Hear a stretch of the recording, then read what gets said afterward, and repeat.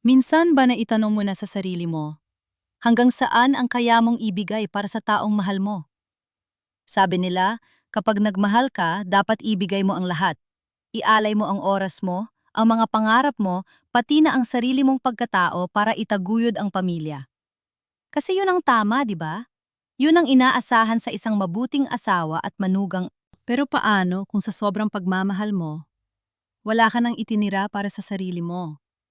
Paano kung ang mismong taong pinag-alayan mo ng dugo at pawis ang lalaking sinamahan mo sa pinakamababang yugto ng buhay niya ay siya ring mag-iiwan sa'yo ng walang kalaban-laban? Sa kwento natin ngayong araw, sasamahan natin ang isang babaeng nakalimutan ang kanyang sariling halaga dahil sa salitang sakripisyo. Isang asawang binitiwan sa gitna ng maraming tao, dala ang mga pinunit na pangako at basag na tiwala. Pero mga mahal kong tagapakinig, hindi ito kwento ng isang babaeng habambuhay na iiyak sa sulok. Hindi tayo magmamakaawa sa taong walang puso. Ito ay kwento ng pagkamulat. Kwento ng kung paano ang isang pusong sinugatan ng pino ay unti-unting babangon para bawiin ang koronang matagal na niyang isinantabi. Kumuha ng kape, humanap ng tahimik na pwesto at hayaang dalhin kayo ng emosyon. Pakinggan natin ang kwento ni Elena, kung saan ang paglisan ay hindi nangangahulugan ng katapusan, kundi isang masakit na simula. 2 taon mula ngayon na kang itikong pipirmahan ng pagtanggal sa pangalan ni Gabriel sa kumpanyang binuo ko mula sa wala. Habang siya ay nagmamakaawa at umiiyak sa labas ng boardroom na pinagpala ng aking tagumpay, wala na ako mararamdaman, kundi malamig na awa sa isang taong sinira ang sarili niyang buhay. Pero bago ko marating ang kapayapaang yon, kailangan ko munang dumaan sa pinakamasakit na araw ng buhay ko. Look, let's be practical, Elena. Mauna na kami ni Camille sa Siargao para asikasuhin ang emergency sa resort. Sumunod ka na lang sa kabilang flight kung gusto mo. And please, wag ka na mag-inarte. 15 years na tayo, hindi na importante ang mga anniversary gifts na yan. Napatigil ako sa paghinga habang hawak ang aking cellphone. Unti-unting umangat ang aking paningin mula sa screen patungo sa malawak na glass window ng VIP lounge sa Ninoy Aquino International Airport. Mula sa kinatatayon ko, malinaw kong nakita ang asawa ko. Hindi siya nagmamadali para sa isang emergency meeting. Nakang-iti siya habang dahan-dahang ipinapatong ang kanyang mamahaling jacket sa balikat ni Camille, ang aming PR director, bago niya inakbayan ito papasok sa boarding gate ng isang flight patungong Paraiso. Ang kahon ng pasalubong na espesyal kong ipinagawa ilang linggo pa bago ang araw na ito ay tuluyang dumulas mula sa aking nanginginig na mga kamay. Tumama ito sa makinis na sahig na durog ang laman kasabay ng tuluyang pagguho ng mundo ko. Hindi ako makasigaw. Walang luhang tumulo sa unang pagkakataon, tanging isang nakakapasong bikig lamang sa aking lalamunan ang nagbabadyang pumunit sa aking dibdib. Pinanood ko silang magtawanan habang ang mga paa ko ay tila nakatikit sa malamig na semento. 15 taon. Ibinenta ko ang lupang pamana ng aking mga magulang sa Iloilo para isalba ang kumpanya niya mula sa pagkalugi. Binitiwan ko ang sarili kong pangarap para mag-alaga sa kanyang inang na stroke hanggang sa gumaling ito. Tinanggap ko ang pagiging anino sa likod ng kanyang tagumpay dahil akala ko sapat na ang pamilya kami. Diyos ko po, ginawa ko ang lahat para maging perpektong asawa. Pero heto ako ngayon iniiwan sa isang malamig na paliparan na parang isang lumang bagahe na wala ng halaga. Lumapit sa akin ang isang ground attendant na may dalang isang itim na leather briefcase. Naiwan daw ito ng asawa ko sa check-in counter bago sila nagmamadaling umalis ng kasama niya. Kinuha ko ito umaasang baka nagkakamali lang ako, baka may naiwan siyang notes tungkol sa trabaho. Nanginginig ang mga daliri kong binuksan ng zipper. Pero hindi trabaho ang bumungad sa akin. Isang makapal na dokumento na may selyo ng isang law firm sa Canada ang kumuha ng atensyon ko. Petition for divorce. May nakakabit pang mga nakaprint na email exchanges sa pagitan ni Gabriel at ng kanyang abogado. Nabasa ko ang mga letrang tila patalim na tumusok sa aking mga mata. Sabi niya sa email, hindi ko raw kayang hiwalayan siya dahil masyado akong nakadepende sa pamilya niya at takot ako sa sasabihin ng aming simbahan. Kailangan lang daw niya akong ipahiya ng sapat, bitinin sa pera para pumirma ako sa lahat ng kondisyon nila at ibigay ang lahat ng shares ng resort kay Camille. Bago pa man ako makahinga mula sa saksak na iyon umilaw muli ang screen ng phone ko. Isang bagong mensahe mula kay Gabriel. Elena, transfer 500,000 pesos sa contingency fund natin now. Kailangan kong bayaran in full ang mga suppliers ng resort bago ang ribbon cutting. Bottom line is, I need it within an hour. Napakuyom ang aking mga kamao hanggang sa bumao ng aking mga kuko sa aking palad. Ang kapal ng mukha niya. Ang kapal-kapal ng mukha niya. Gagamitin niya ang perang pinaghirapan ko, ang perang galing sa pawis ko, para pundohan ang pugad ng kalaswaan nila. Ginagawa ninyo akong tanga. Ginagawa ninyo akong tanga. Ginagawa ninyo akong walang kwentang tao. Tuluyan nang bumagsak ang maiinit na luha sa aking mga pisingi. Pero hindi ito luhang nagmamakaawa. Namumula ang mga mata kong kumuha ng bulpen mula sa aking bag. Marahas kong hinanap ang pahina ng hatian ng ari-arian sa papeles ng diborsyo. Gamit ang nanginginig, ngunit magdiing kamay, nilagyan ko ng malaking ekis ang bahaging, magpaparaya ako sa mga shares ng kumpanya. Nilagdaan ko ang dokumento para tapusin ang kasal, ngunit hindi ang aking karapatan sa perang galing sa aking mga magulang. Hinubad ko ang aking diamanteng singsing na kasal at walang pag-aalinlangang ibinagsak ito sa loob ng briefcase kasama ng mga peking pangako niya. Kinuha ko ang aking mga maleta at tumalikod sa boarding gate. Hindi ako sumagot sa mensahe niya. Hindi ko tinawagan ang kanyang ina para magsumbong o umiyak. Lumabas ako ng paliparan at sumakay sa unang taxi na huminto sa aking harapan. Pinagmasdan ko ang mabilis na pag-usad ng mga sasakyan sa Maynila habang humahampas ang malamig na hangin mula sa bintana at bumulong ako sa sarili ko. Patay na ako, Gabriel. Patay na ang asawang kaya magtiis para sa'yo. Ang tunog ng mga gulong ng aking maleta sa kalsada, ang huling narinig ng Maynila mula sa isang Elena Sarmiento. Ang patuloy na pag-ikot at pagkiskis ng mga gulong ng aking maleta sa magaspang na semento, ang tanging sumira sa nakakabinging katahimikan ng aking paglalakbay. Hindi ko alam kung ilang oras akong nagpalaboy-laboy sa mga kalsada ng Maynila bago ako nagpasyang pumasok sa isang murang pension house na hindi nang hihingi ng masyadong maraming pagkakakilalan. Pumasok ako sa isang maliit na kwarto. Amoy alikabok at lumang kahoy ang paligid. Ibang-iba ang amoy na ito sa marangyang suite sa Siargao na dapat sana ay tutuluyan namin na yon ni Gabriel para sa aming anibersaryo. Umupo ako sa gilid ng manipis na kama. Walang tigil ang pangininig ng aking mga balikat, ngunit mahigpit kong kinagat ang aking ibabang labi. Ibinuhos ko ang laman ng itim na briefcase sa ibabaw ng kumot. Sa ilalim ng patay-sinding liwanag ng isang lumang bumbilya, sinimulan kong basahin ng buo ang mga nakaimprentang email na ipinadala ni Gabriel sa kanyang abogado sa Canada. Sa bawat pahinang nililipat ko pakiramdam ko, ay hinihiwa ng pino ang aking kaluluwa. Malinaw na nakasulat doon ang plano niya na sinimulan pa nila 6 na buwan na ang nakararaan. Sabi niya sa isang mensahe, kailangan daw muna nilang gamitin ang pangalan ko para makakuha ng karagdagang pondo mula sa mga suppliers dahil sa akin tiwala ang mga ito. Nakita ko ang isang reply ni Gabriel sa kanyang abogado. Sabi niya doon, imposibleng umalis si Elena dahil napakalaki ng utang na loob nito sa kanyang ina. Gagamitin daw nila ang pagiging may sakit ni Mama Ofelia para konsensyahin ako na manatili bilang tagapamahala ng operasyon ng kumpanya nang walang sweldo. At kapag tapos na ang resort sa Siargao, kapag kumikita na ito at nakapangalan na kay Camille, doon na nila ilalabas ang papeles ng diborsyo para itapon ako na parang isang basahan. Diyos ko po, hindi lang pala niya ako pinatpalit. Pinlano niyang ubusin ako hanggang sa huling patak ng aking danggal at yaman. Ginawa niyang sandata ang pagmamahal ko sa kanyang ina. Ang mga gabing wala akong tulog sa pagbabantay sa ospitalong na-stroke ang kanyang nanay, ang mga panahong ibinenta ko ang natitirang lupang pamana ng aking mga magulang sa Iloilo para lang may maipambayad kami sa mga utang ng kumpanya niya. Lahat ng iyon ginamit niya laban sa akin. Gusto kong sumigaw. Gusto kong magwala at basagin ang maliit na salamin sa loob ng kwarto. Pero walang boses na lumabas sa aking mga labi. Tanging isang mabigat at malalim na paghinga ang kumawala sa akin. Ang mga luhang kanina pa nagbabadya ay natuyo sa init ng palulumo at galit na unti-unting namumuo sa aking dibdib. Hindi ko hahayaang makita nila ako nagmamakaawa. Hindi ako magiging biktima sa sarili kong kwento. Kinuha ko ang aking cellphone. Puno ang screen ng mga missed calls at text messages mula kay Gabriel.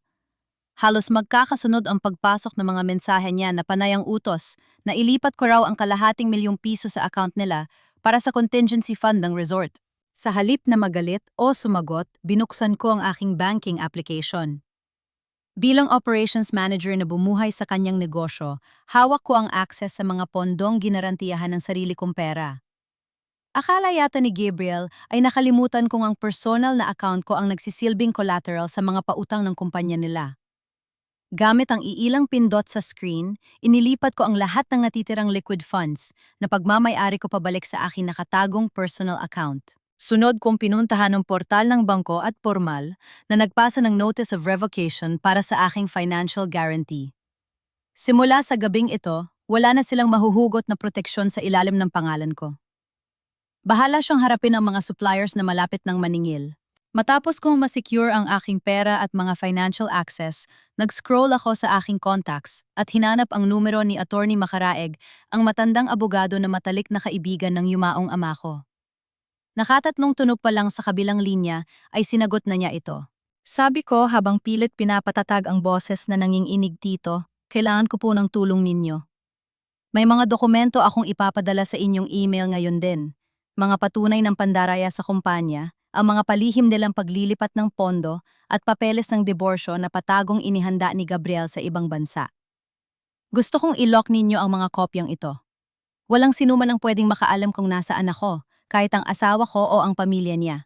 Nang matapos ang aming pag-uusap at masigurong na-scan at naipadala ko na ang lahat ng preba mula sa briefcase, tinitigan ko ang aking telepono. Ang numerong ito ang nag-uugnay sa akin sa Maynila sa kumpanya at sa pamilyang pilit akong tinatapakan. Binuksan ko ang likod ng aking telepono at kinuha ang maliit na SIM card. Hinawakan ko ito ng mahigpit gamit ang dalawa kong daliri at nang walang anumang pag-aalinlangan, binaliko ito sa gitna hanggang sa masira ang maliit na tanso nito. Ibinasura ko ito kasama ng natitirang awa ko para kay Gabriel. Hindi na ako nakatulog ng gabi niyon. Nakaupo lamang ako sa gilid ng bintana, pinagmamasdan ang dahan-dahang paglitaw ng unang sinag ng araw. Ang bukang liwayway na sana ay sasalubungin ko sa isang magandang dalampasigan, kasama ang taong akala ko ay kakampi ko sa buhay ngayon, ay nagsisilbing na lupit na ilaw na naglalantad sa lahat ng kasinungalingang ibinuhay ko. Niligpit ko ang aking mga gamit, isinilid muli sa maleta ang mga natitirang damit na hindi na amoy asawa at lumabas ng pension house. Sumakay ako patungo sa isang malaking bus terminal na may biyahe papuntang Visayas. Ang ingay ng mga tawag ng mga barker, ang amoy ng usok ng mga sasakyan at ang siksikan ng mga taong may kanikanyang pupuntahan ay nagbigay sa akin ng kakaibang tapang. Lumapit ako sa ticket booth. Ang babaeng nasa likod ng salamin ay humingi ng ID at nagtanong kung anong pangalan ang ilalagay sa tiket papuntang Iloilo. Sandali ako napatigil. Sa loob ng labin, 5 taon nakilala ako bilang isang masunuring manugang at isang pasensyosang asawa. Nakilala ako bilang pambayad utang ng pamilya Sarmiento. Huminga ako ng malalim, itinaas ko ang aking no at sumagot ng may diin at buong tapang. Sabi ko, Elena, Elena Marquez po. Ang simoy ng hangin sa Iloilo ay may dalang pamilyar na amoy ng alat mula sa dagat at ng mga isdang pinapatuyo sa araw. Malayo ito sa makapal at mausok na hangin ng Maynila. Umupa ako ng isang maliit na kwarto sa itaas ng isang sari-sari store na hindi kalayuan sa palengke ng Lapas. Walang aircon, walang malambot na kama, at ang tangi na bibigay ng ginhawa ay ang walang tigil na pag-ugong ng isang lumang electric fan sa gilid ng bintana. Pero para sa akin, ang masikip na espasyong ito ang pinakamalaking kalayaan na natikman ko sa loob ng 15 taon. Lumipas ang ilang araw na payapa. Bumili ako ng isang murang smartphone at bagong SIM card para lamang makausap si Attorney Macaraeg at masigurong hawak niya ng maayos ang mga ebiden, yan ipinadala ko. Ngunit kahit anong pilit kong ibaon ang lakaraan, may isang bahagi ng puso ko na hindi kayang kalimutan, ang babaeng itinuring kong tunay na ina, si Mama Ofelia. Paano na ang mga gamot niya sa maintenance? Sino ang magpapaalala sa kanya ng kanyang blood pressure? Isang gabi, dahil sa hindi mapakaling pag-aalala, gumawa ako ng isang peking Facebook account para silipin kung maayos ang kalagayan ng biyenan ko. Umaasa akong baka kahit paano inaalagaan siya ni Gabriel. Ngunit ang bumungad sa aking newsfeed ay tila isang malakas na sampal na yumanig sa buunder pagkatao ko. Hindi isang simpleng health update ang nakita ko. Isang video ang mabilis na kumakalat sa mga kamag-anak at kakilala namin sa simbahan. Sa video, nakaupo si Mama Ofelia sa kanyang wheelchair sa labas ng aming parokya sa Maynila. Umiiyak siya ng saganang-sagana, pinalilibutan ng aming mga kapitbahay at mga kumare niya. Hawak niya ang isang panyo habang nanginginig na nagsasalita sa harap ng kamera. Sabi niya habang humihikbi, wala siyang utang na loob. Tinanggap ko siyang parang tunay na anak, pero heto ang igaganti niya sa amin. Matapos siyang buhayin at pakainin ng anak ko, nilimas niya ang pondo ng kumpanya at nagtanan kasama ng ibang lalaki. Nanigas ang aking buong katawan. Lumipat ang camera kay Gabriel na nakatayo sa likuran ng kanyang ina. Nakayuko siya kunwari ay pinupunasan ng kanyang mga luha umaarte bilang isang kaawa-awang asawa na nawasak ang mundo. Sabi niya sa video boses na punong-puno ng peking sakit, ginawa ko ang lahat para sa kanya. I worked so hard para mabigyan siya ng magandang buhay. Pero siguro nga hindi sapat ang pagmamahal lang. Sana lang bago siya sumama sa lalaki niya, hindi niya kinuha pati ang pambayad namin sa mga suppliers. Diyos ko po, napahawak ako sa aking bibig habang ramdam na ramdam ko ang panlalamig ng aking mga kamay.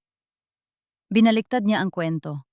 Ginamit niya ang pagkawalaan ng aking financial guarantee para palabasin na ninakaw ko ang pera ng kumpanya. At ang pinakamalupit sa lahat, ginamit niya ang sariment ina, ang inang inalagaan ko, pinuyatan ko at iniyakan ko noong ma-stroke ito upang sirain ang buong pagkatao ko. Alam ni Gabriel na ang hiya sa lipunan ang pinakamabilis na paraan para patayin ang danggal ng isang babae. Alam niyang huhusgahan agad ako ng mga tao nang hindi man lang tinatanong ang aking panig. Kinabukasan kahit nandito na ako sa probinsya, naramdaman ko ang lason ng kanyang kasinungalingan. Pagbaba ko para bumili ng kape sa sari-sari store, napansin ko ang matatalim na tingin ng ilang mga taga-barangay na naguumpukan malapit sa palengke. Sabi ng isang alin na may kasamang pag-irap at mahinang bulong sa kanyang kasama, siya yun di ba yung Elena na nag-viral kagabi? Ang bait na mukha pero ahas pala. Ninakawan yung asawang napapakain sa kanya. Hindi ko sila tiningnan.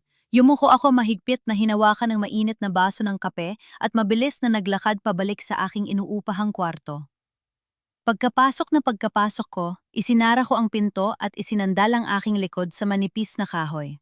Unti-unting bumigay ang aking mga tuhod hanggang sa mapaupo ako sa sahig. Nilamon ako ng matinding sakit. Ang pangalan ko, nag-iisa kong kayamanan, ay kinakaladkad sa putik. Gusto kong kunin ang aking telepono. Gusto kong tawagan si Mama Ofelia. Gusto kong sumigaw at sabihing, Mama, hindi po totoo si Gabriel ang nanloko. Si Gabriel ang gumagamit sa pera ninyo para sa kabit niya. Gusto kong i-post ang lahat ng dokumentong hawak ko para ipamuka sa buong mundo kung sino ang totoong demonyo. Pero natigilan ako.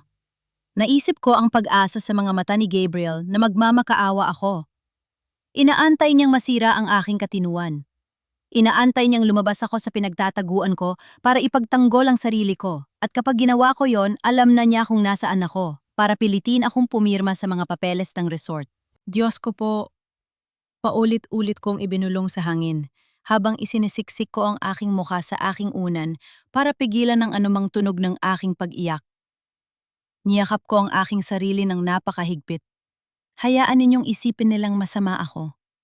Hayaan ninyong paniwalaan ng mundo ang mga kasinungalingan ninyo ngayon. Hindi ako magpapaliwanag.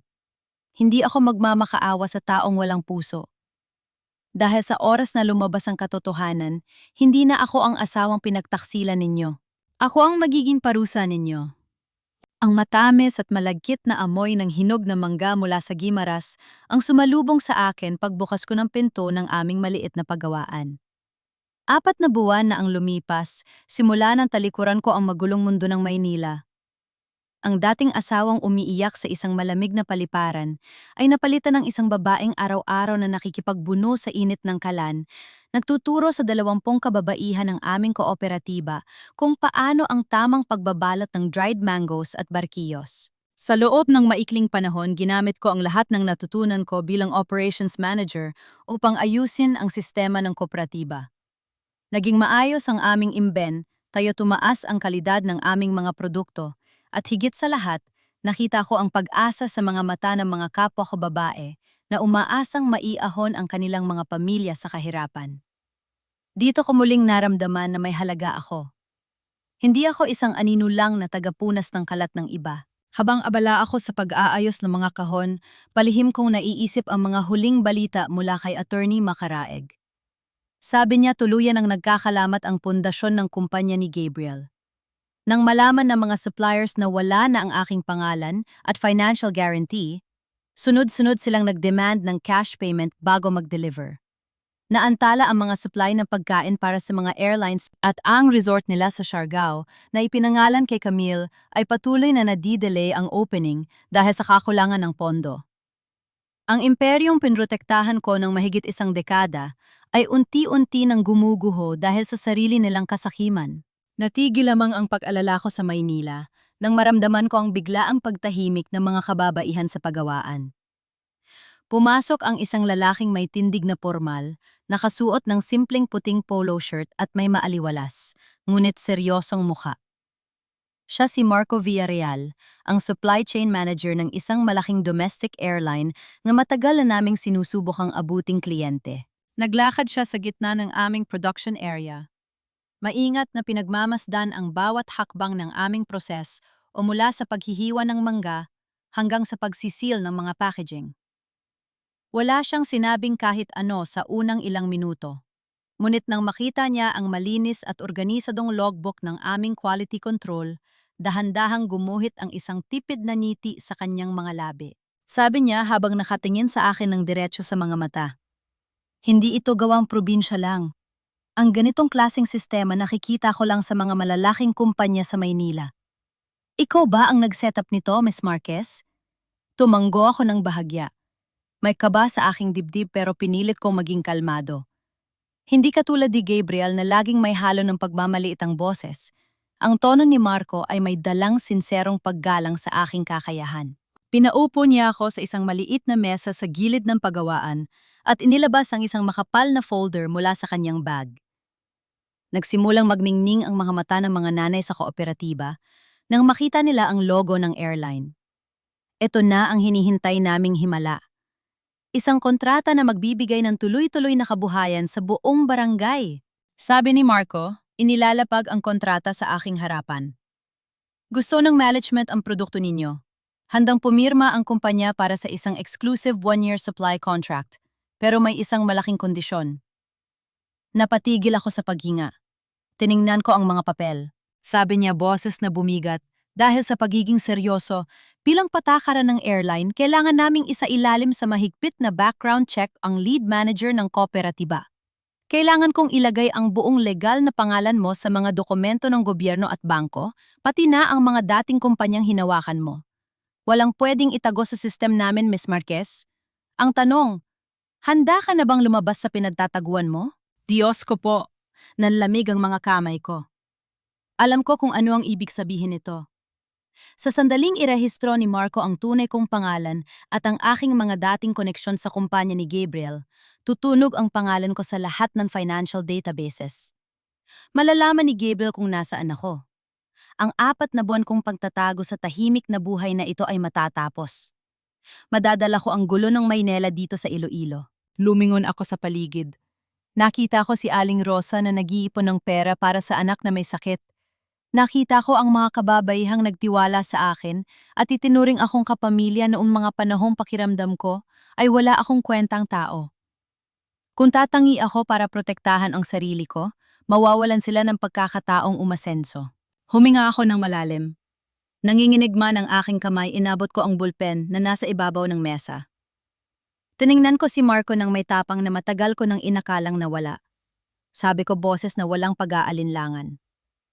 Ang buo kong pangalan ay Elena Marquez Sarmiento at handa na akong pumirma. Bumagsak ang makapal na patong ng mga demand letters sa ibabaw ng salaming mesa ni Gabriel, nagdulot ng malakas na pagyanig na bumasag sa tensyon na katahimikan sa loob ng kanyang opisina sa Maynila. Ang dating malinis at mabangong silid na sumisimbolo sa kanyang kapangyarihan ay amoy panis na kape at pinagpawisang kaba. Wala nang bakas ng mayabang na CEO. Ang nakatayo ngayon sa harap ng bintana ay isang lalaking unti-unting nilulunod ng sarili niyang mga utang. Nakaupo sa kabilang dulo ng mesa si Camille. Mahigpit niyang hawak ang kanyang mamahaling bag, namumutla ang mga labi, habang pinagmamasdan ang lalaking minsang inakala niyang tagapagligtas niya mula sa isang nakakasakal na buhay. Inilapag ni Gabriel ang isang bagong set ng mga dokumento sa mismong harapan ni Camille. May kasama itong itim na ballpen. Sabi niya habang pilit pinapakalma ang kanyang nanginginig na boses. Bottom line is, kailangan natin ang bridge financing para hindi bawiin ng bangko ang resort sa Siargao. I need you to sign this, Camille. Bilang head ng PR agency natin, ikaw ang tatayong primary guarantor. Napakunot ang no ni Camille. Dahan-dahan niyang kinuha ang mga papel. Ngunit habang binabasa niya ang mga nakasulat, unti-unting nanlaki ang kanyang mga mata. Nanginginig ang kanyang mga daliri na itinuro ang bahagi ng petsa at ang halaga ng uutangin. Sabi niya boses na nauutal at puno ng pagkalito. Wait! Hindi ganitong pinag-usapan natin, Gabriel. Bakit nakapangalan sa personal PR agency ko ang buong liability ng loan at bakit atrasado ng 1 taon ang petsa nito? Falsification of documents ito, Gabriel. Pwedeng makulong ang sinumang pumirma dito. Marahas na hinilot ni Gabriel ang kanyang sentido. Nawala ang kanyang pagiging malambing at napalitan ng malamig na inis. Sabi niya habang nakatitig na matalim kay Camille. Look, let's be practical. Sinira tayo ni Elena. Hinatak niya ang lahat ng financial guarantees natin bago siya tumakas. We need to backdate this loan para pumasok sa huling audit report na may pondo pa tayo. Trust me, ako ang bahala. I will protect you.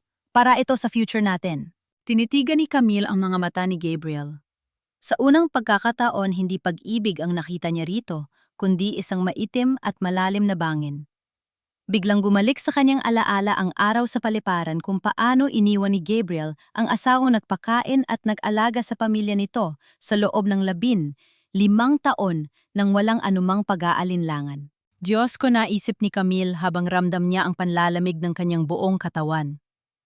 Kung nagawa niyang itapon si Elena ng ganun-ganun na lang, ano ang pumipigil sa kanya na gawin din ito sa akin? Isang single mother si Camille, ang kanyang maliit na anak, ang una niyang inisip. Alam niyang kapag pumirma siya sa mga peking dokumentong ito, hindi lang siya nagiging kasabwat. Siya ang nagiging opisyal na pain. Siya ang makukulong kapag pumutok ang iskandalo, habang si Gabriel ay malinis na makakalayo. Pero dahil hawak ni Gabriel ang kanyang trabaho at ang kanyang kinabukasan sa kumpanya, wala siyang magawa. Pumikit si Camille. Pinigilan niya ang luhang nagbabadyang tumulo at gamit ang mabigat na kamay pinirmahan niya ang sarili niyang hatol ng kamatayan sa mga dokumento. Kinuha agad ni Gabriel ang mga papel, hindi man lang nag-abalang magpasalamat o tingnan ng takot sa mga mata ng kanyang kinakasama. Bago pa man maipasok ni Gabriel ang mga pekeng kontrata sa kanyang vault, biglang umilaw at nag-ingay ang telepono sa kanyang mesa. Ang tawag ay mula sa kanyang head of finance na may koneksyon sa mga bangko. Sinagot niya ito ng may pagkairita. Ano yun? Sinabi ko nang wag niyo akong tatawagan hanggat hindi pa bayad ang mga suppliers. Natigil ang pagsasalita ni Gabriel. Ang kanyang nakakunot na no ay dahan-dahang nawala at napalitan ng isang blankong ekspresyon. Nakanig siya ng maigi sa sinasabi ng nasa kabilang linya. Nahanap ng sistema ang pangalan ni Elena. Dahil sa pagpirma ni Elena sa kontrata ng kooperatiba sa Iloilo at sa paggamit nito ng kanyang legal na pangalan at dating corporate credentials para sa background check ng domestic airline, nag-trigger ito ng notification sa financial database na matagal nang binabantayan ng mga tao ni Gabriel. Ibinaba ni Gabriel ang telepno. Isang nakakakilabot at pamilyar na ningiti ang dahan-dahang gumuhit sa kanyang mga labi. Nawala ang kanyang panlulumo kanina. Napalitan ito ng nag-aapoy na yabang. Sabi ni Camille na nakatingin sa kanya ng may halong takot. Ano nangyari? Sino yun? Hindi siya sinagot agad ni Gabriel. Lumakad ito pabalik sa binta at tinitigan ang nag-uumpisang pag-ulan sa Kalahang, Maynila. Pinasadahan niya ng kamay ang kanyang buhok at tumawa ng mahina. Sabi niya habang nagminingi ang mga mata sa kasamaan. Nasa Iloilo ang magaling kong asawa. Nagmamagaling at nakipag-transact sa isang airline gamit ang karanasan na nakuha niya sa kumpanya ko. Kinuha niya muli ang kanyang telepo at tinawagan ang kanyang abogado. Ang kanyang boses ay walang anumang bakas ng awa. Attorney, i-draft mo na ang complaint. File a case against Elena Marquez Sarmiento. Corporate espionage, breach of non-compete clause, and misappropriation of corporate assets. Ipapasupina ko siya. Kalad ka rin niyo siya pabalik ng Maynila. Titingnan natin ngayon kung hanggang saan ang tapang mo, Elena, kapag hinarap na kita sa korte at tinagaw ko ang lahat ng ipinundar mo. Ang makapal na sobrang kulay kape ay inabot sa akin ng isang opisyal ng korte sa mismong harapan ng sari-sari store. Wala siyang sinabing kahit ano, ngunit ang titig niya ay sapat na para maramdaman ko ang bigat ng hawak niyang papel. Nang pirmahan ko ang receiving copy, naramdaman ko ang mga matatalim na tingin ng mga kapitbahay na nakatambay sa paligid. Ang mga bulungan nila ay tila maliliit na karayo na tumutusok sa aking likuran. Sabi ng isang ale na sadyang nilakasan ng boses habang nagkukunwaring namimili ng kamates. Siya nga yung babaeng nasa Facebook. May supina na mula sa korte. Totoo sigurong ginakawan niya yung kawawa niyang asawa. Hindi ko sila pinansin. Pinigilan ko ang aking sarili na magpaliwanag. Dire-diretso akong umakyat sa aking inuupahang kwarto, mahigpit na isinara ang pinto at pinunit ang gilid ng sobre. Nakasulat sa makapal at malalaking letra ang mga kasong isinampa sa akin ni Gabriel. Corporate espionage, breach of non-compete clause, at misappropriation of corporate assets. Gusto niyong palabasin na ninakaw ko ang mga sikreto ng kumpanya niya at ginamit ito para makuha ang kontrata ng kooperatiba namin sa airline. Isang mapait na niiti ang dumaan sa aking mga labi. Sa halip na matakot, nakaramdam ako ng malamig na determinasyon. Hinila ko mula sa ilalim ng aking kama ang itim na briefcase na ibinalik sa akin noong araw na iniwan niya ako sa paliparan. Binuksan ko ito. Naroon pa rin ang lahat ng alas ko, ang mga dokumentong nagpapatunay ng kanyang mga peking kontrata, ang mga email nila ng kanyang abogado sa Canada tungkol sa planong ubusin ang pera ko at ang mga patunay na inililipat niya ang pondo ng kumpanya papunta sa PR agency ng kanyang kabit na si Camille. Kinuha ko ang aking telepono at tinawagan si Attorney Macaraeg. Sabi ko boses na matatag at walang bahid ng pag-aalinlangan. Nandito na po ang supina, tito. Silimulan na niya ang laban tulad ng inaasahan natin. Sumagot ang matandang abogado. Ang boses ay puno ng kasiguraduhan. Hawak natin ang ebidensya, Elena. Sa oras na ipresenta natin ito sa korte, hindi lang ang kaso niya ang ibabasura. Siya mismo ang mabubulok sa kulungan dahil sa estafa at falsification. Handa ka na bang umuwi ng Maynila para harapin siya? Huminga ako ng malalim pilit, tinatapangan ang aking sarili. Handa na po. Hindi ko nahahayaang tapakan niya ulit ang pagkatao ko. Ibinaba ko ang telepno. Sa wakas naramdaman ko ang kapayapaan ng isang taong alam na malapit na niyang makuha ang hustisya. Haharapin ko siya hindi bilang isang asawang nagmamakaawa, kundi bilang isang babaeng babawiin ang lahat ng danggal na ninakaw sa kanya. Kinuha ko ang mga papeles at inihanda ang aking mga gamit para sa flight kinabukasan. Ngunit bago ko pa man maisara ang briefcase, muling nagliwanag ang screen ng aking telepono. Isang unregistered number na may area code ng Maynila ang tumatawag. Kumunot ang aking no. Nag-alangan akong sagutin ito dahil alam kong maaari mga tao ito ni Gabriel. Ngunit may isang kakaibang kaba ang gumapang sa aking dibdib na pumilit sa aking mga daliri na pindutin ang answer button. Itinapat ko ang telepono sa aking tainga. Hello? Isang nagmamadali at nanginghinig na boses ng babae ang sumagot. Hello, Miss Elena? Miss Elena Sarmiento po? Ako nga, sino to? Ako po si Nurse Joy, isa sa mga private duty nurse sa ospital kung saan nakakonfine na yon si Ma'am Ofelia. Nanlamig ang buo kong katawan. Ang matatag na pader na itinayo ko sa aking puso kanina ay tila biglang gumuho sa pagkarinig ko sa pangalan ng aking biyenan. Umikot ang paningin ko. Anong nangyari kay Mama? Sabi ng nurse ang boses ay may halong pag-iyak na tila nagmamakaawa. Miss Elena, isinugod po siya sa ICU kaninang madaling araw. Inatake po siya sa puso, severe myocardial infarction. Comatose po siya ngayon pero kanina bago siya tuluyang nawalan ng malay. Pangalan niyo po ang paulit-ulit niyang sinasambit. Hinahanap po niya kayo, kayo lang po ang tinatawag niya. Diyos ko po, namanghid ang aking mga daliri. Unti-unting dumulas ang hawak ko mga papel mula sa aking kamay nagkalat sa sahig. Miss Elena, patuloy ng nurse ang boses ay lalong naging desperado. Sabi po ng mga doktor baka hindi na po niya kayanin ang gabing ito. Parang awan niyo na po, umuwi na kayo. Namatay ang tawag. Naiwan akong nakatayo sa gitna ng maliit na kwarto. Unti-unting dinudurog ng dalawang naguumpog ang bato. Alam ng isip ko na posibleng patibong ito ni Gabriel para pilitin akong lumabas pero paano kung totoo na nag-aagaw buhay ang kaisa-isang babaeng tumanggap sa akin nung panahong ulila na ako? Paano ko mapapatawad ang sarili ko kung mamatay si Mama Ofelia na ang huling iniisip ay isa akong magnanakaw na tumalikod sa pamilya? Napahagulgol ako, tuluyang bumigay ang aking mga tuhod at bumagsak sa malamig na sahig. Mahigpit kong niyakap ang aking sarili habang ang aking mga luha ay walang tigil sa pag-agos. Nakuha mo ako, Gabriel. Nakuha mo ako sa nag-iisang paraan na alam mong hindi ko kayang labanan. Ginamit mo ang utang na loob ko para talunin ako.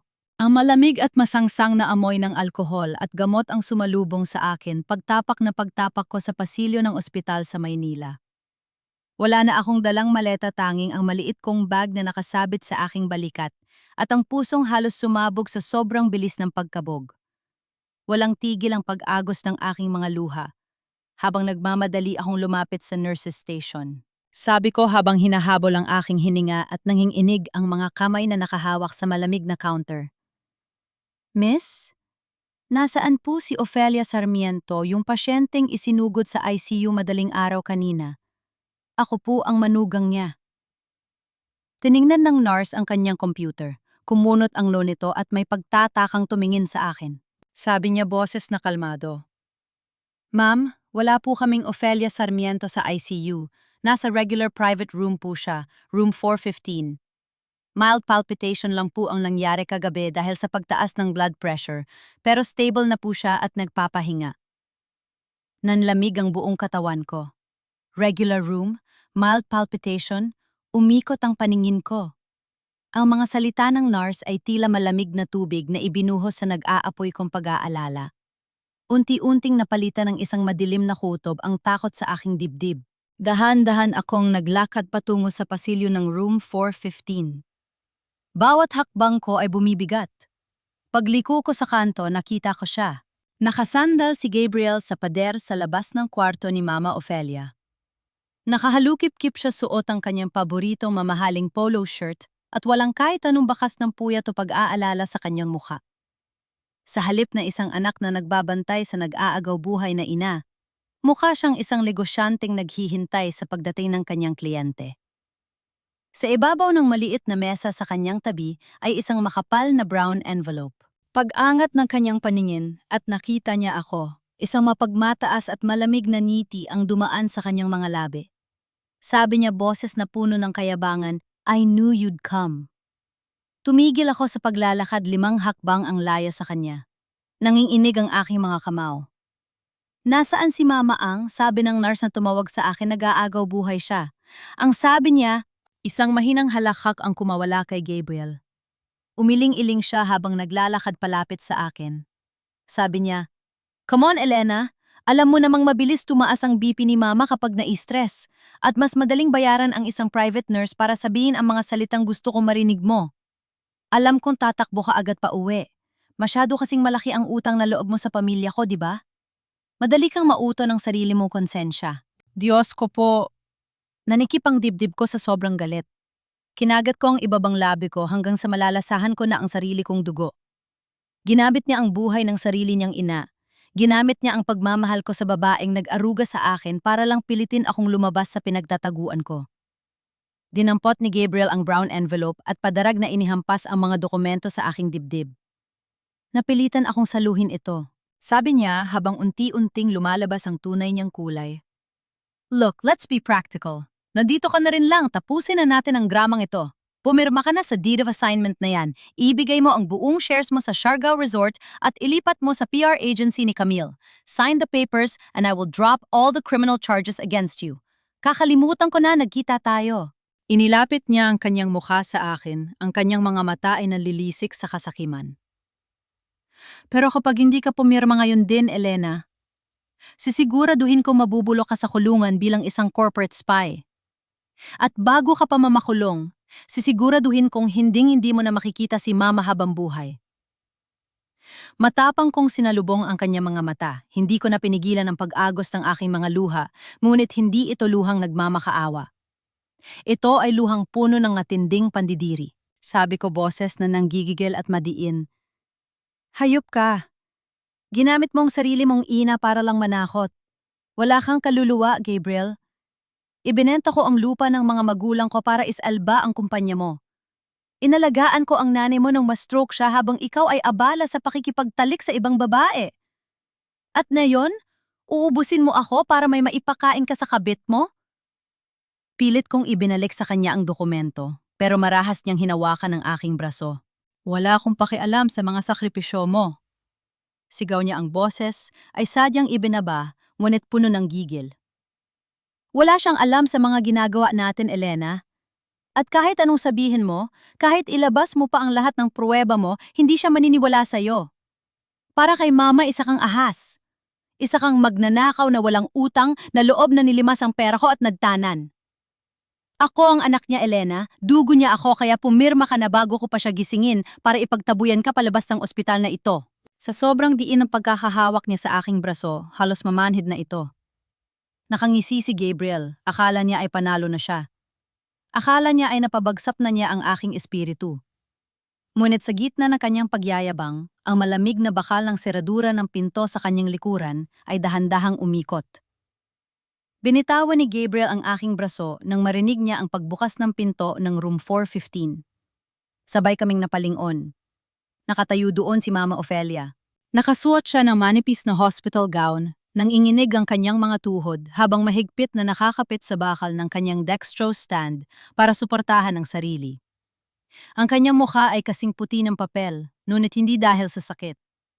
Ang kanyang mga mata na dati laging puno ng pagmamalaki para sa kanyang anak ay nanlalaki ngayon sa matinding takot, gulat at pandidiri. Nakatingin siya ng diretso kay Gabriel. Narinig niya. Narinig niya ang bawat salitang binitawan ng kanyang perpektong anak. Ang pag-ikot ng malamig na bakal ng seradura mula sa pinto ng room 415 ay sinunda ng isang nakakabinging katahimikan na tila humigop sa lahat ng hangin sa pasilyo. Nakatayo doon si Mama Ofelia.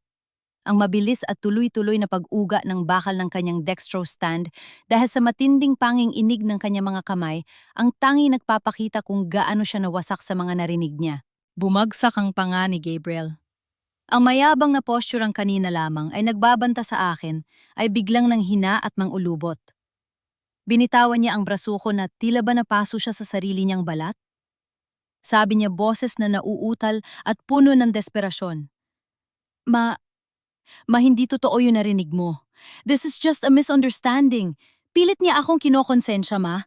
Nag-aaway lang kami. Humakbang si Gabriel palapit sa kanyang ina, akmang hahawakan ng balikat nito upang pakalmahin. Ngunit bago pa man dumapo ang kanyang mga daliri, marahas na iniwas ni Mama Ofelia ang kanyang katawan. Isang malalim at garalgal na paghinga ang kumawala sa matanda. Ang kanyang mga mata na 15 taon kong nakitang laging puno ng bulag na pagmamahal para sa kanyang kaisa-isang anak, ay punong-puno ngayon ng pandidiri. Sabi ni Mama Ofelia, habang tumutulo ang mga luha sa kanyang namumutlang mga pisingi, "Huwag mo akong hahawakan. Hayop ka. Hayop ka." Hindi na siya sumigaw dahil wala na siyang lakas. Ngunit ang mahinang bulong na yon ay mas matalim pa sa anumang kutsilyo. Tiningnan ako ni Mama Ofelia. Nakita ko ang umaapaw na pagsisisi sa kanyang mga mata, ang hiya ng isang inang na pagtantong itinaboy niya ang nag-iisang tao nag-aruga sa kanya para lang protektahan ng isang demonyo. Hindi ko na hinintay na magsalita pa siya. Kinuha ko ang aking bag, tinalikuran ko silang mag-ina at naglakad ako papalayo. Walang anumang salitang lumabas sa aking mga labi. Sa pagkakataong ito, hindi ko na kailangang ipagtanggol ang sarili ko. Ang mismong kasinungalingan na ni Gabriel ang sumakal sa kanya. Ang malamig na hangin ng Maynala ay sumalubong sa akin paglabas ko ng ospital. Ngunit sa halip na makaramdam ng ginhawa, isang mabigat na ulap ng pag-aalala ang nakadagan sa aking balikat. Nag-check-in ako sa isang murang hotel malapit sa business district kung saan gaganapin ang court hearing kinabukasan. Amoy lumang karpet at matapang na air freshener ang loob ng kwarto. Isang malaking kaibahan sa sariwang hangin ng Iloilo na naiwan ko. Inilatag ko ang lahat ng dokumento sa ibabaw ng kama. Kinausap ko si Attorney Macaraeg sa telpo no upang ayusin ang aming depensa. Sabing matandang abogado sa kabilang linya. Elena, malakas ang laban natin sa falsification of documents at perjury. Pero para tuluyan nating mabaon si Gabriel sa kasong corporate sabotage, kailangan natin ang direct money trail.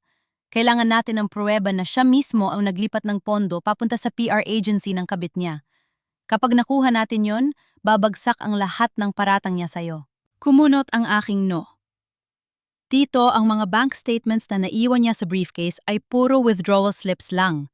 Nakatago sa internal server ng kumpanya ang exact routing numbers papunta kay Camille. Bago pa man makasagot si Attorney Macaraeg, biglang nag-vibrate ang aking telepo dahil sa isang papasok na tawag. Isang unregistered number, ngunit pamilyar ang huling 4 na digit. Nagpaalam muna ako sa abogado at sinagot ang kabilang linya. Diyos ko po, hindi ko inaasahan ang boses na maririnig ko. Sabi na nga sa kabilang linya sa gitna ng sunod-sunod at mabibigat na paghikbi. Elena, patawarin mo ako! Patawarin mo ako, anak! Nanigas ang buo kong katawan. Mama, nasaan po kayo? Bakit tayo umiiyak? Sabi ni Mama Ofelia, ang boses ay tila nauubusan ng hininga sa matinding sakit. Pagkaalis mo kanina, ipinapilit kong iuwi ako ng mga nurse. Tinawagan ko ang locksmith ng pamilya namin para sa pilitang buksan ang kahadiyero ni Gabriel sa kwarto niya. Elena, ang bahay natin. Ang bahay ng lolo niya na ipinamana sa akin. Hindi niya maituloy ang kanyang sasabihin dahil sa matinding pag-iyak. Ramdam ko ang panginginig ng kanyang boses sa bawat salitang pilit niyang inilalabas. Isinangla niya ng patago, Elena, pagpapatuloy ng matanda. Ginamit niya ang titulo ng ating tahanan para pondohan ang resort sa Siargao. Ang resort na nakapangalan sa babaeng yon. Ibinenta niya ang kaluluwa ng pamilya natin. Niloko niya tayong lahat. Napapikit ako ng mariin. Ang bahay na yon ay hindi lang basta istruktura. Yon ang huling pamana ng kanilang pamilya. Yon ang pilit kong isinasalba noong mga panahong ibinebenta ko ang sarili kong mga ari-arian. Ang malamang na ginamit niya ito para ipagpatayo ng palasyo ang kanyang kabit ay isang pambabastos hindi lang sa akin, kundi sa mismong dugo at pangalan nila. Sabi ko pilit pinapatatag ang boses ko, kahit na niligatig na rin ang aking dibdib. Mama, magpahinga po muna kayo. Ako na po ang bahala. Ibinaba ko ang telepono. Ipinatong ko ang aking mga kamay sa aking muka at huminga ng malalim. Gusto ko maawa kay Mama Ofelia pero alam kong hindi ko na siya pwedeng saluhin. Kung babalik ako para ayusin ang gulo nila, babalik lang ako sa pagiging alipin ng utang na loob. Kailangan kong tapusin ang laban na ito sa korte bukas. Pero paano ko makukuha ang internal bank transfers? Ang malalim kong pag-iisip ay biglang naputol nang marinig ko ang sunod-sunod at mabibigat na katok mula sa pinto ng aking kwarto.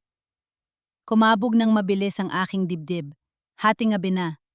Walang nakakaalam kung saang hotel ako nagstay maliban kay Attorney Macaraeg at imposibleng pupunta ang matanda sa ganitong oras.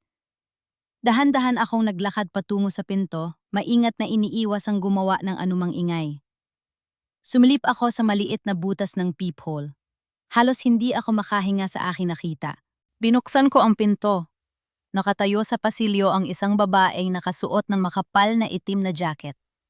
Gulo-gulo ang buhok at nanginginig sa takot habang mahigpit na yakap-yakap ang isang malaking brown envelope sa kanyang dibdib.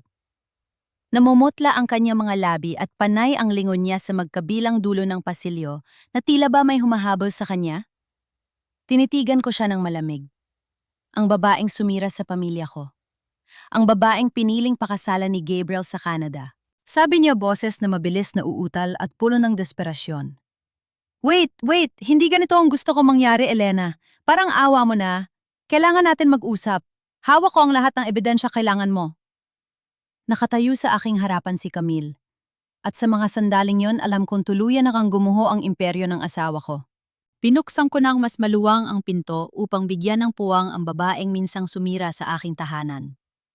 Mabilis nang pumasok si Camille sa loob ng aking kwarto. Sa halip na ang mapagmataas at eleganteng PR director na nakita ko sa paliparan ilang buwan na, ang nakalilipas ang nakatayo ngayon sa aking harapan ay isang babaeng tila pinagkaitan ng tulog ng nangangatal ang mga balikat at parang isang hayop na hinahabol ng mga mangangaso. Isinara ko ang pinto at humarap sa kanya. Wala akong ibinigay na upuan. Wala akong inalok na tubig. Tinitigan ko lamang siya ng malamig, hinihintay kung anong kasinungalingan ang mamumutawi sa kanyang mga labi. Inilapag niya ang malaking brown envelope sa ibabaw ng maliit na mesa. Nanginginig ang kanyang mga daliri nang buksan niya ito at ilabas ang mga makakapal na dokumento. Sabi niya boses na nauutal at mabilis, "Wait, wait! Hindi ganito ang inakala ko, Elena. Akala ko totoo ang sinabi niya na hiwalay na kayo matagal na ginagamit mo lang ang sakit ng nanay niya para itali siya sa'yo." Napalunok si Camille, umiiwas sa aking matalim na paningin. Pero nito mga nakaraang araw, nakita ko kung sino talaga si Gabriel. Pinipilit niya akong pumirma sa mga backdated loan documents. Ginagawa niya akong primary guarantor sa mga utang ng resort. Bumagsak ang mga luha sa kanyang mga mata. Ginagawa niya akong pain, Elena. Gagamitin niya ang PR agency ko para saluhin lahat ng utang na ninakaw niya mula sa kumpanya mo. At kapag pumutok ang iskandalo, ako ang makukulong. Ako ang sasalo ng lahat ng kaso. Dahan-dahan akong lumapit sa mesa. Tiningnan ko ang mga papel na inilapag niya. Naroon ang mga hinihingi ni Attorney Macaraeg, ang mga orihinal na bank routing numbers, ang mga patunay ng palihim na paglipat ni Gabriel ng pondo papunta sa account ni Camille, at ang mga pekeng kontrata na nagpapatunay ng panloloko niya sa mga investors. Kumpleto ang lahat ng sandata na kailangan ko para ibaon ang asawa ko sa kulungan. Ngunit nang iangat ko ang aking paningin para tingnan ng babaeng nasa harapan ko, isang mapait na lasa ang gumapang sa aking lalamunan. Siya ang babaeng ipinalit sa akin. Siya ang babaeng pinag-alayan ni Gabriel na mga nakaw na yaman. Gusto kong magalit. Gusto kong ipamuka sa kanya na nararapat lang sa kanya ang pagtataksil na nararanasan niya ngayon. Sabi ko boses na mababa ngunit may diin. Bakit ka nandito, Camille? Anong inaasahan mo sa akin na kakaawaan kita matapos mong konsintihin ang pagdanakaw at panloloko niya sa aming pamilya? Umiling ng mabilis si Camille. Pilit pinupunasan ang mga luhang sumisira sa kanyang pampaganda. May anak ako sa una kong asawa, Elena. Wala siyang ibang aasahan kundi ako. Kapag nakulong ako, kukunin siya ng DSWD, parang awa mo na. Alam kong hawak mo rin ang mga ebidensya laban sa kanya. Gusto kong makipag-areglo ka kay Gabriel. Ibigay mo na sa kanya ang gusto niya. Pumirma ka na sa compromise agreement para yurong niya ang kaso laban sa'yo. At para hindi na niya ituloy ang pag-frame up sa akin. Patahimikin na natin ito. Diyos ko po. Huminga ako ng malalim, pilit pinipigilan ang nanggigigil kong mga kamao. Akala ng asawa ko sapat na ang takot para magkasira kaming dalawa. Akala niya magsasabong kami para lamang sa kapakanan ng isang lalaking, walang ibang ginawa kundi ang sirain kami. Kinuha ko ang mga dokumento mula sa mesa. Tinitigan ko si Camille ng diretso sa kanyang mga mata, ipinaparating sa kanya ang lahat ng tapang na natutunan ko mula nang talikuran ko ang aking kasal. Sabi ko, hindi ako makikipag-areglo sa isang demonyo. Hindi ako yuyuko sa asawa kong ginamit ang sarili niyang ina para lang makapang-ipit ng tao. Napaatras si Camille, ang kanyang mga mata ay nanlalaki sa matinding takot. Elena, kapag itinuloy mo ang laban sa korte, pareho tayong madadamay. Ipapasa niya sa akin ang lahat ng sisi. Hinawakan ko ang kanyang balikat. Hindi para saktan siya, kundi para iparamdam sa kanya na kailangan niyang gumising sa katotohanan. Sabi ko, boses na malamig, kalkulado, ngunit may dalang kakaibang hustisya. Hindi kita ililigtas dahil karapat-dapat kang iligtas, Camille. Wala akong utang na loob sa'yo at hindi ko makakalimutan ang ginawa ninyong dalawa. Pero hindi rin ako papayag na may isa na namang babaeng gagamitin at tatapakan ng asawa ko para paboran ng sarili niya. Binitiwan ko siya at inayos ang mga papel sa loob ng folder. Tatanggapin ko ang mga ebidensyang ito. Kakausapin ko ang aking abogado para bigyan ka ng immunity bilang whistleblower bago pa tayo makarating sa korte. Hindi ko isasama ang relasyon ninyo sa demanda. Wala akong pakialam sa kung anong ginawa ninyo sa kama. Ang kailangan ko, ang patunay ng pagnanakaw niya sa pondo ng kumpanya at sa lupa ng biyenan ko. Ako na ang bahalang sumira sa kanya. Ang kailangan mo lang gawin ay tumestigo. Napatulala si Camille. Hindi niya inaasahan ang alok ko. Sa mundo ng mga kabit at orihinal na asawa, karaniwan ang inaasahan na magsasabunutan kami at magsisiraan ng buhay. Ngunit hindi ko ibababa ang sarili ko sa ganoong antas. Ang galit ko ay hindi nakatuon sa kapwa ko biktima ng manipulasyon. Ang galit ko ay nakatuon sa lalaking nag-orchestrate ng lahat ng ito. Dahan-dahang tumango si Camille. Ang kanyang mga balikat ay unti-unting nakaramdam ng ginhawa kahit paano. Salamat. Salamat, Elena. Tinalikuran ko siya. Humarap ako sa bintana, tinitigan ang nag-uumpisang pagliliwanag ng kalangitan ng Maynila. Sabi ko nang hindi siya nililingon. Huwag kang magpasalamat sa akin. Ginagawa ko ito para sa sarili ko. Maaari ka nang umalis. Narinig ko ang nahihinang yabag ng kanyang mga paa palabas ng kwarto, kasunod ang pag-lock ng pinto. Naiwan ako mag-isa yakap ang mga dokumentong magiging huling pako sa kabaong ng korporasyon ni Gabriel Sarmiento. Handa na ang aking abogado. Handa na ang buong katotohanan.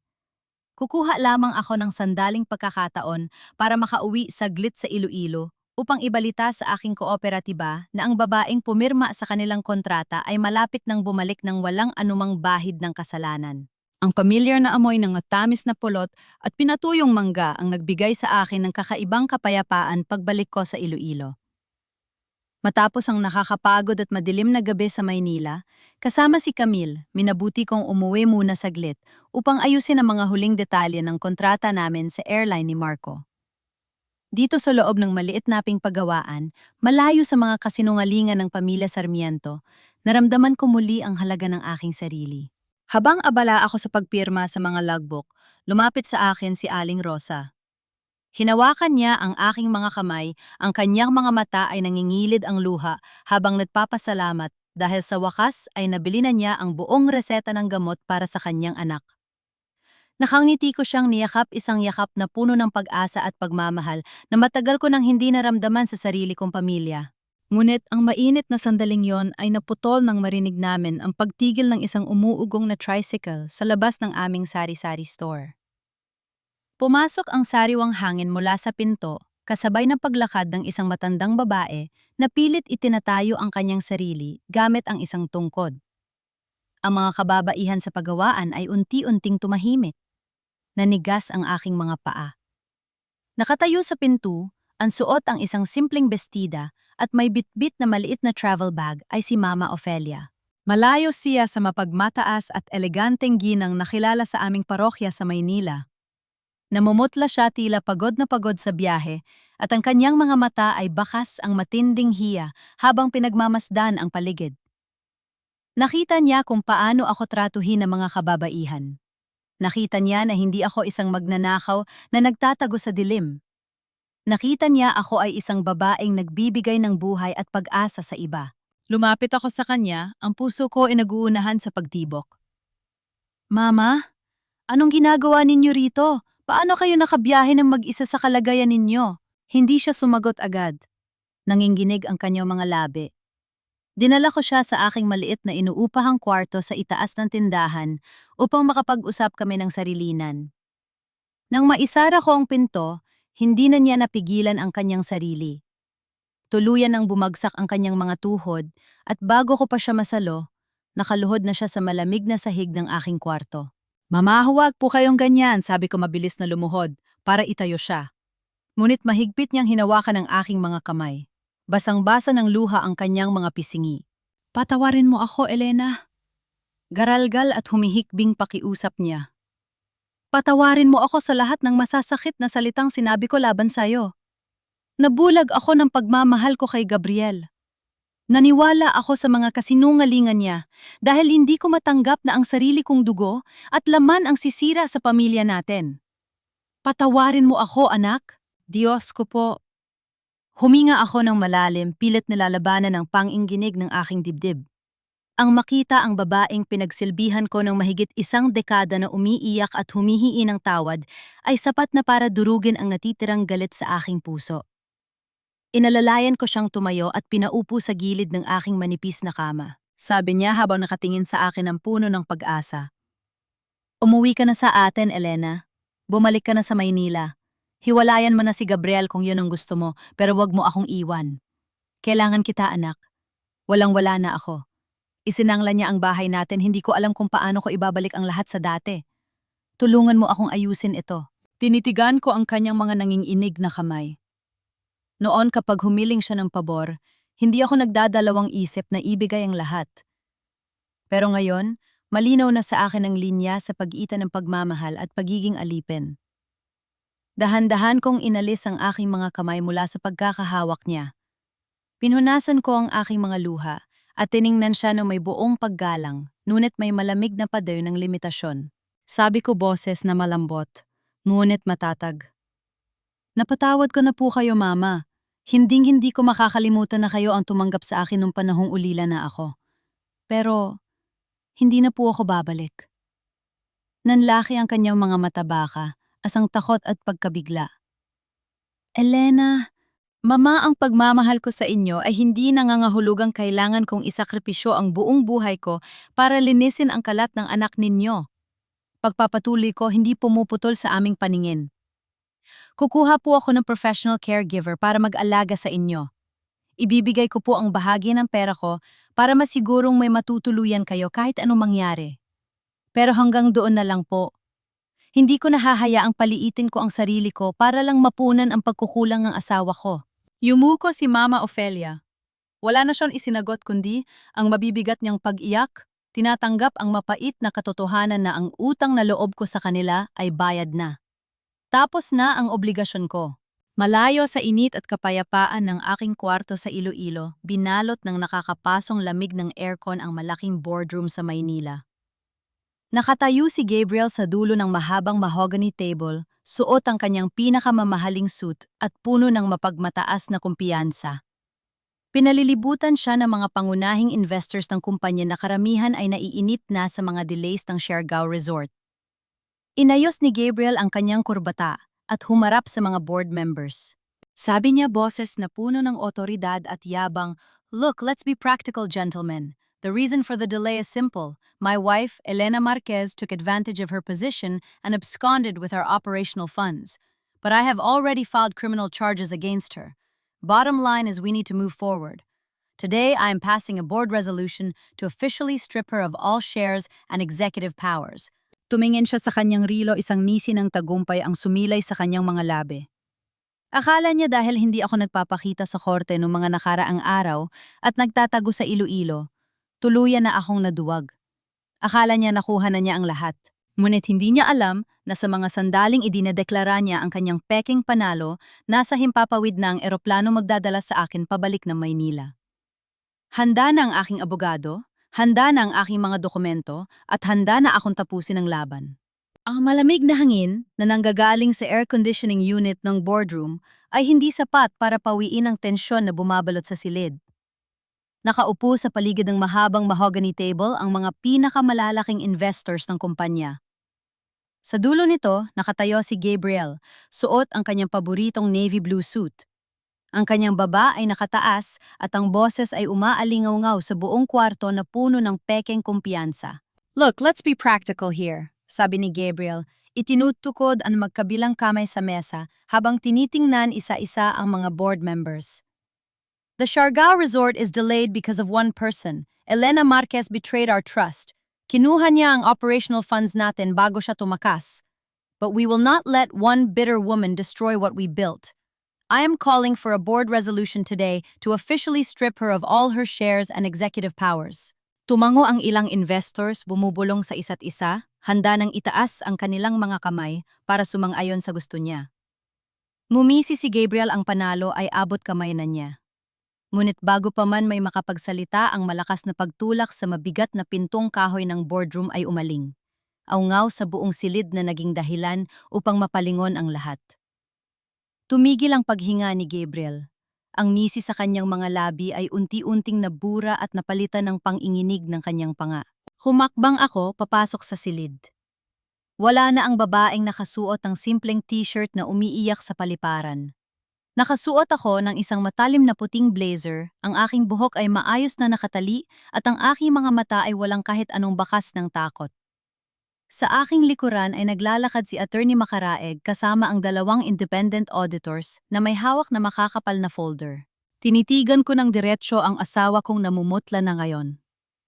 Sabi ko boses na malinaw at hindi nang inginig. Bilang major guarantor na sumalba sa kumpanyang ito at bilang may-ari ng 40% ng shares na pilit mo ninanakaw, tumututol ako sa resolution na yan.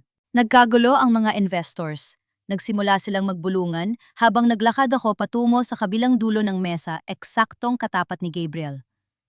Ibinaba ni Attorney Macaraeg ang mga folder at mabilis itong ipinamahagi sa bawat board member na naroon. Sabi ni Gabriel, ang boses ay biglang naging mataas at garalgal. Ano ginagawa mo rito, Elena? Wala kang karapatang pumasok sa meeting na ito. You are facing criminal charges. Magnanakaw ka.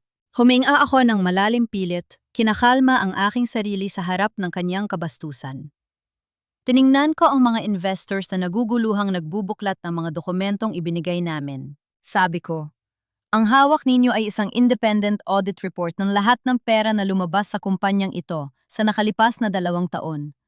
Makikita ninyo sa pahina 8 na walang ni isang sentimo ang inilabas ko papunta sa personal kong account bago ko bawiin ang aking guarantee. Ako ang nagbayad ng utang ng kumpanya gamit ang sarili kong pera. Ngunit kung titingnan ninyo ang pahina 12, itinuro ko ang nakadiin na linya sa papel. Makikita ninyo ang paulit-ulit na pag-divert ng budget mula sa operations papunta sa isang panlabas na PR agency. Pera na dapat ay para sa mga suppliers natin, ngunit ginamit ni Gabriel para ipatayo ang resort sa Siargao, isang resort na hindi nakapangalan sa kumpanya natin, kundi nakapangalan sa kanyang kabit. Nanlaki ang mga mata ng mga board members. Sabay-sabay silang lumingon kay Gabriel, humihingi ng paliwanag. Nakita ko kung paano pawisan ng noni Gabriel. Ang kanyang mga kamay ay nanginginig habang pilit niyang inaayos ang kurbata sa kanyang leeg. Wala siyang maitago. Nakalatag sa harapan nila ang lahat ng kasinungalingan niya. Ang mga pekeng kontrata, ang mga resibo ng mga mamahaling biyahe, ang lahat ng perang sinabi niyang ninakaw ko ay malinaw na itinuro pabalik sa kanya. Lies! Sigaw ni Gabriel. Pilit dinuduro ang mga papel. That's manipulated. Gusto lang niyang gumante dahil hiwalay na kami. Bottom line is, she's a bitter, jealous wife na walang magawa sa buhay, kundi sirain ako. Tinitigan ko siya, isang malamig na titig na may halong awa. Kailangan ko pa bang maging bitter sa isang lalaking ibinenta ang mismong bahay ng ina niya para lang magmukhang mayaman sa harap ng ibang babae? Ang hulin linyang iyon ang tuluyang pumutol sa natitirang katinuan ni Gabriel. Marahas niyang inihampas ang kanyang 2 kamao sa ibabaw ng mesa. Namumula ang kanyang buong mukha at ang mga ugat sa kanyang leeg ay tila puputok sa matinding galit. Dahil kasalanan mo ito, Elena, ganting sigaw niya ang boses ay umaalingaw-ngaw sa bawat sulok ng boardroom. Natahimik ang lahat. Wala ni isang nangahas na huminga habang pinagmamasdan namin ang tuluyang pagguho ng kanyang maskara. Nakatitig siya sa akin, ang mga mata ay puno ng hinanakit at isang napilipit na katotohanan na matagal na niyang ibinabaon sa kanyang dibdib. Lagi na lang ikaw ang magaling? Patuloy ni Gabriel ang boses, ay nanginginig hindi sa takot, kundi sa isang matinding inis na nanggagaling sa kailaliman ng kanyang pagkatao. Ikaw ang nagbayad ng utang. Ikaw ang nagligtas sa nanay ko. Ikaw ang paborito ng mga kamag-anak. Nakakasakal, Elena. Gusto mo bang malaman kung bakit ko ginawa ito? Dahil sa tuwing titingin ako sa'yo, nakikita ko kung gaano ako kawalang kwentang lalaki. Sa tuwing numingiti ka at sinasabing ako na ang bahala, pakiramdam ko pinapatay mo ang danggal ko bilang asawa mo. Napahawak siya sa kanyang dibdib habang ang mga board members ay diring-diri sa pag-uugaling ipinapakita niya. Sabi niya habang humihikbi ng bahagya dahil sa galit, Kay Camille! Kay Camille, naramdaman ko ako ang lalaki. Ako ang tagapagligtas. Ako ang may kontrol. Hindi ko na kailangang maging anino ng isang perpektong asawa na nag-alay ng buong buhay niya para lang may maisumbat sa akin. Ayoko na ayoko ng maging asawa ng tagapagligtas ng pamilya ko. Diyos ko po, nanigas ako sa kinatatayuan ko. Hindi ko alam kung matatawa ako o iiyak sa mismong harapan niya. Sa loob ng 15 taon, inisip ko na baka may pagkukulang ako. Inisip ko na baka hindi ako sapat. Ngunit ang totoo, masyado palang naging marami ang ibinigay ko, kaya kinain siya ng sarili niyang liit. Ginawa niya akong kaaway dahil hindi niya kayang pantayan ang mga sakripisyo ko.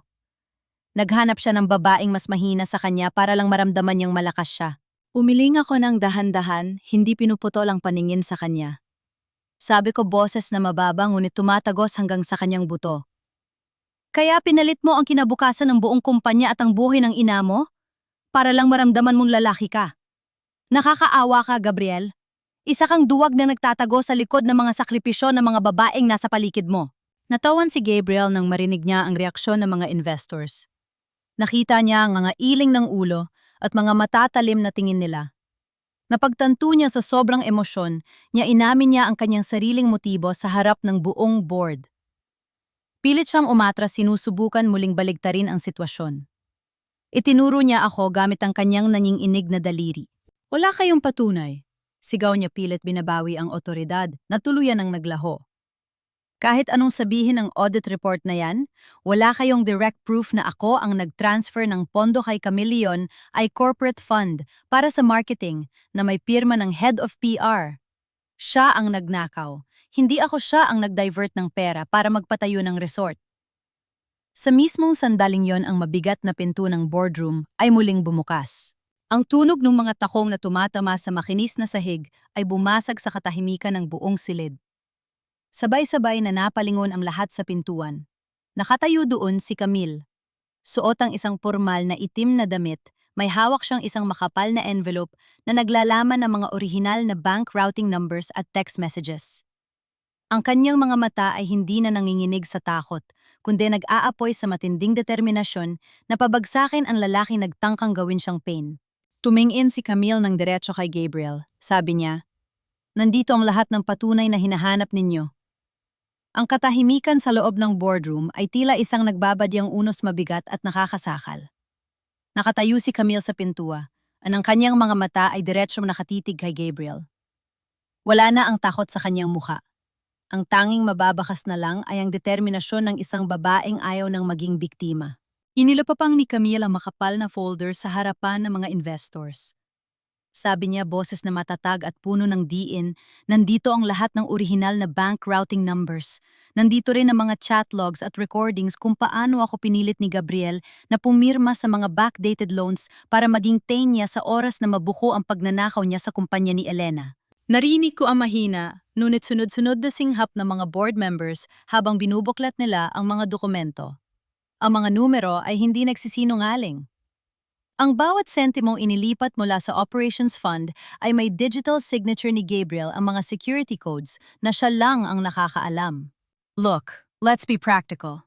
Sigaw ni Gabriel, ang kanyang boses ay tila isang hayop na nasusukol sa kanto. Marahas niyang itinulak ang mga papel, nagkalat ang mga ito sa sahig.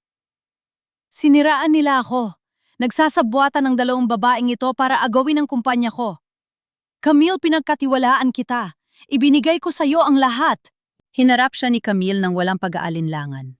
Sabi niya, "Ibinigay mo sa akin ang lahat ng kasalanan mo, Gabriel. Ginamit mo ang anak ko para takutin ako, pero nagkakamali ka. Hindi ako ang papatay sa iyo. Ang sarili mo kasakiman ang uubos sa iyo."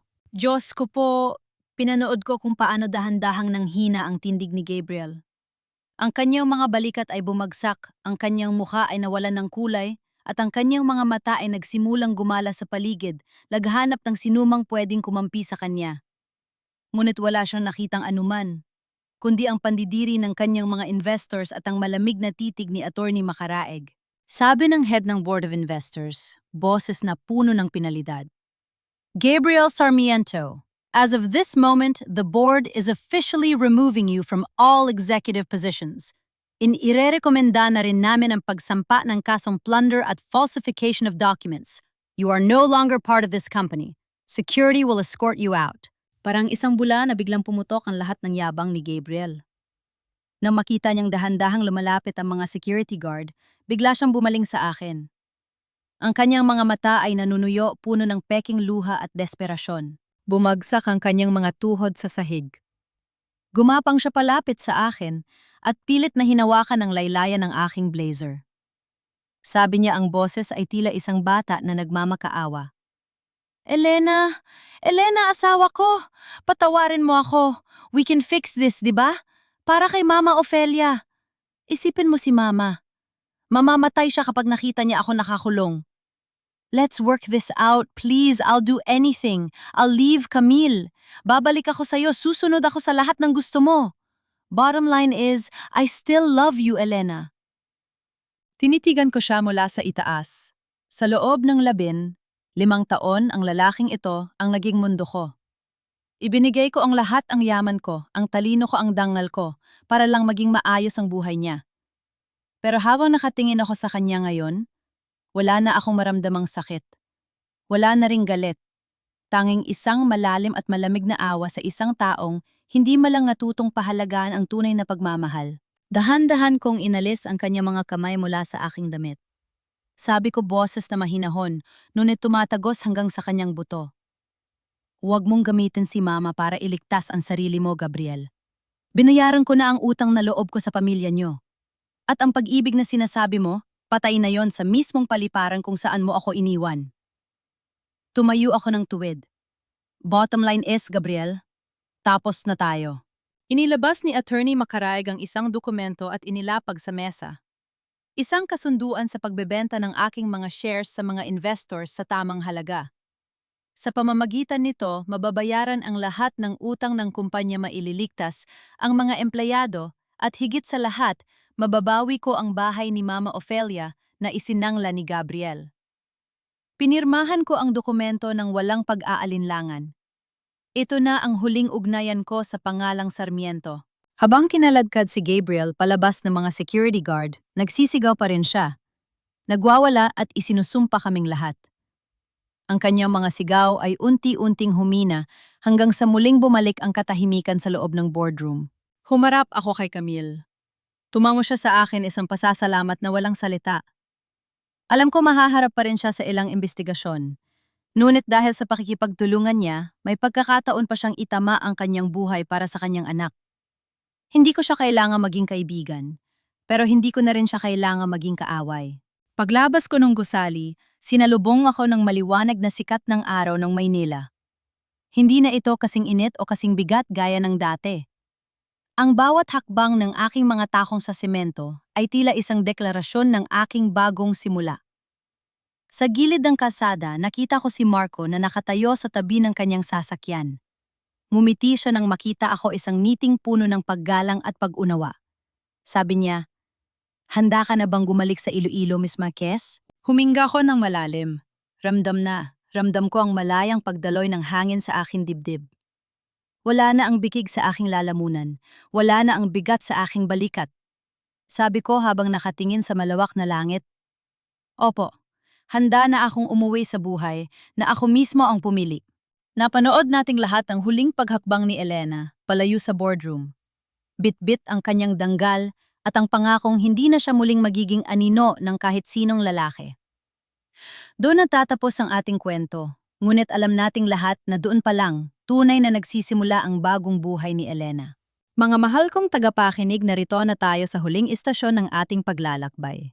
Maraming salamat sa inyong matiyagang pakikinig at sa pagsama kay Elena mula sa malamig na silya ng airport hanggang sa kanyang matamis na tagumpay sa Iloilo. Aminin ko sa inyo habang isinusulat ko ang bahaging yon sa ospital kung saan ginamit ni Gabriel ang may sakit niyang ina para lang konsensyahin si Elena kumukulo ang dugo ko. Bilang manunulat tila naramdaman ko rin ang bigat ng bawat luhang pumatak sa mga mata ni Elena. Ang kwentong ito ay hindi lamang basta katang-isip.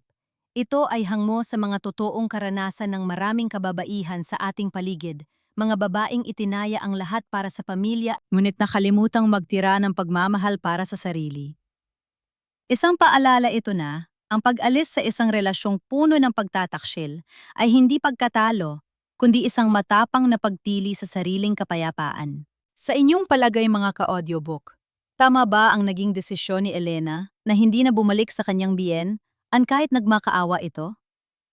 Kung kayo ang nasa kalagayan niya, kaya niyo rin bang talikuran ang 15 taon ng inyong buhay para sa isang panibagong simula? Sana ay nagustuhan ninyo ang ating kwento. Nasaan man tayo ngayon sa loob ng inyong mga bahay habang nagluluto sa inyong mga trabaho, o baka naman ay nasa ibang bansa bilang isang OFW. Sana ay nakapaghatid kami ng kaanting aral at inspirasyon sa inyong mga puso. Mag-comment kayo sa ibaba kung anong bahagi ng kwento ang pinakatumatak sa inyo. Huwag din ninyong kalimutang i-like at i-share ang ating kwento para mas marami pa tayong maabot na mga pusong nangangailangan ng lakas. Hanggang sa muli nating pagkikita sa susunod na kwento. Manatiling matapang, manatiling tapat sa sarili at laging tandaan na ang bawat isa sa atin ay may karapatang lumipad patungo sa sarili nating kaligayahan. Pagpalain kayo ng may kapal, talaarawan ng isang pusong malaya. Ang kwentong ito ay isinulat base sa kwento ng ating tagapakinig na si Maribel Tatlum, 48 taong gulang mula sa Iloilo City, na nagbahagi ng kanyang karanasan upang magbigay ng lakas sa mga kababaihang nakakaranas ng kawalang katarungan sa loob ng tahanan. Lahat ng mga karakter at pangyayari sa kwentong ito ay ginawang piksyon at hindi layuning manira o umatake sa sinuman. Ang kwento ay nilikha para sa layuning libangan at pagpasa ng positibong mensahe sa ating komunidad.